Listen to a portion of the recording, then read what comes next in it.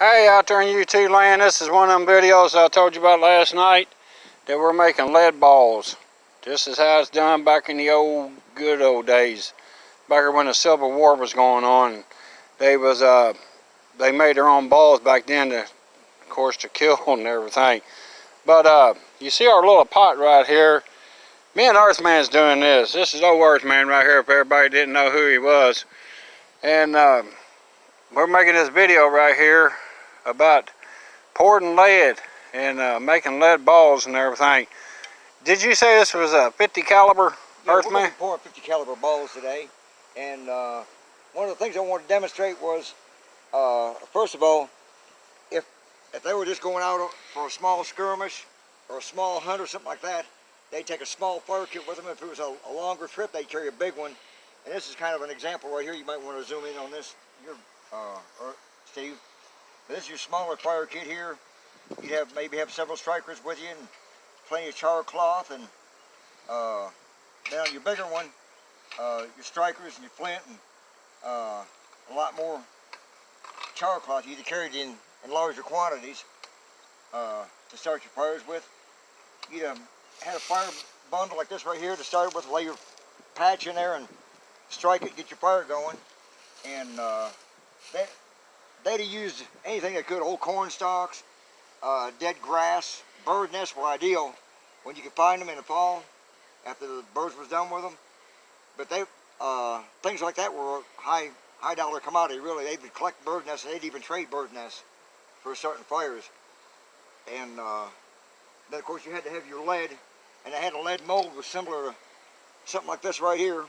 And what you do is you pour that full of lead, kick that back, and it cuts that little tip off of there, and then you just open it up and knock it into the cold water over there, and it solidifies. And they didn't make them in large quantities. If they'd been making large quantities, they'd have been back at the fort or back where they were, the mountain men were back in their lair when they had plenty of time. But if they were short on time and they were out in the wilderness where they could possibly be seen and needed more, they'd just use a single mold like this here, and they'd make 10 or 12, and that'd be it. And so it was just a matter of what they were doing, where they were at. We're talking like 1760 even to 1840, the Revolutionary War period, Mountain Man era. And they'd had a small setup similar to this right here. And what they'd have done, they'd have had their fire going, usually during the daytime, because in the evening you can see smoke. And so the daytime is really, if you're burning a clean fire, the best time to have a fire going. And then of course they would cook their supper and then put their fire out before it got late evening. But they pretty much done it both ways then, made their lead and then turned around and made everything was multi-purpose. Everything was multi-purpose. If they had a fire, they were making lead balls, they were cooking, or they were using a certain type of wood to tan their hides over, or whatever. They didn't just use one thing for one purpose. Everything that they carried with them, or they did, was a multi-purpose function.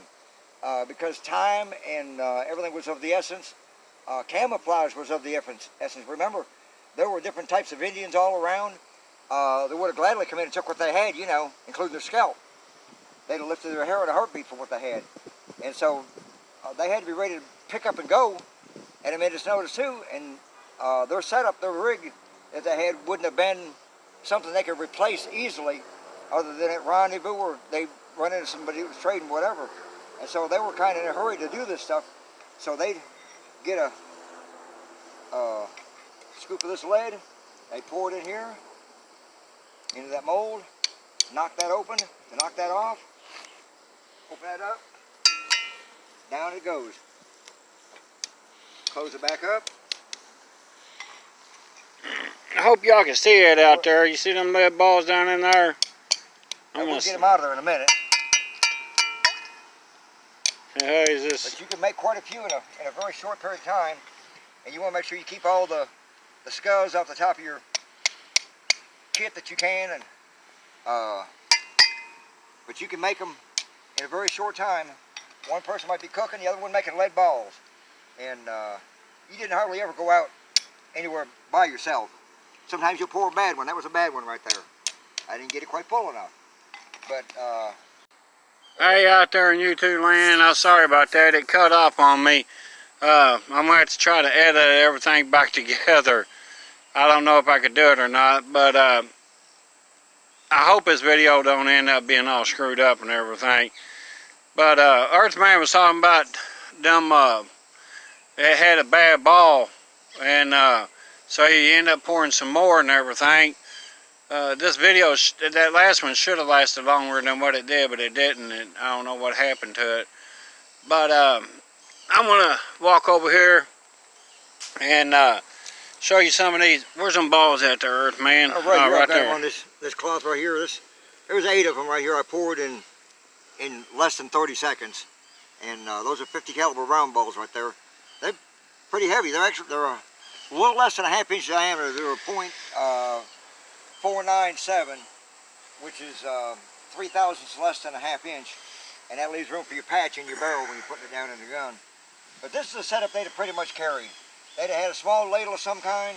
They'd have had something to put water in to cool the balls as soon as they come out. Your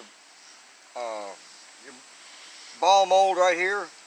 And a couple other things I wanted to point out was I had a candle laying over here, and what you want to do is take your mold and hold it over where the smoke was, or take a candle and smoke that mold first.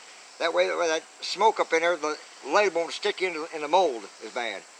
And I've seen a lot of times people have a hard time getting the balls out of the mold, and it's because they didn't smoke that mold good enough before they got started. And so this is the way they would have done it, 1760 to 1840, up through the Mountain Man era, and even up through the Civil War era. They'd have made their balls like this, and they used anywhere from a 28 caliber all the way up to 62 caliber. I've got a 62 caliber pistol. It's like a small handheld cannon, but they had smooth bore. They used a variety of different caliber of guns. The Hawken was a favorite. I've got several of those, and pretty accurate guns, not the heaviest, not the lightest to carry. And so you want to, when you're trekking through the woods, you're heading somewhere, what you want to do is travel as light and quick as possible, but you had to have essentials with you. When you went out, you may be gone for a week at a time, and if you lost, you carry more than one piece of flint with you because you might drop it and you can't find it again. You carry more than one striker because you might drop it and can't find it in the weeds or something. A lot of times the smaller items you carry more than one of. But of course, like the kettle here and the holder there to put it over the fire with and everything, you would only have one of those, which you're not going to lose that. But it's something I can break down real quick, cool it off, throw it back in my roll. We usually would wrap that up in with your bedroll and grab it, and it was gone. They'd have seen your fire there if you didn't have time to put it out, but that's all they'd have seen. You didn't leave much trace of that. If you had plenty of time, of course, you'd get your fire put out, you'd cover it back up, throw wood over, dead wood and grass over where the fire was, so they'd never know you were over there. Dust your tracks out and go on. Of course, if you had plenty of time to trap and different things, and you could do this too, trapping, that was good. But it's just one of the essential skills that was acquired during the Revolutionary War, Mountain Man era, and even up into the Civil War era.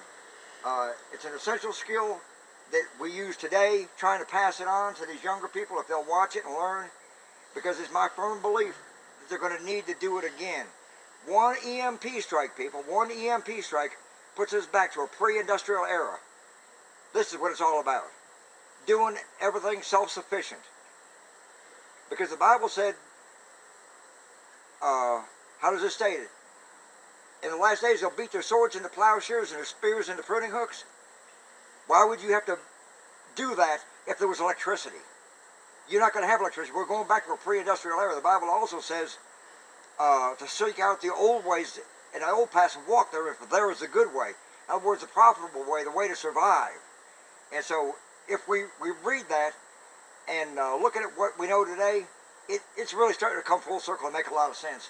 So I really like to, I'm going to make some more of these videos on different bushcraft skills, backwoods skills, whatever you want to call it. And hopefully the people get out there and look at it and listen to it and and try it out. If you got any problems, get on my YouTube channel, Earthman. Look it up. Ask me all the questions you want. If I can answer it, okay. If I can't, I can find the answer. There's nothing too hard to figure out. So, yeah, hope this here was a blessing to you. Hope you learned something.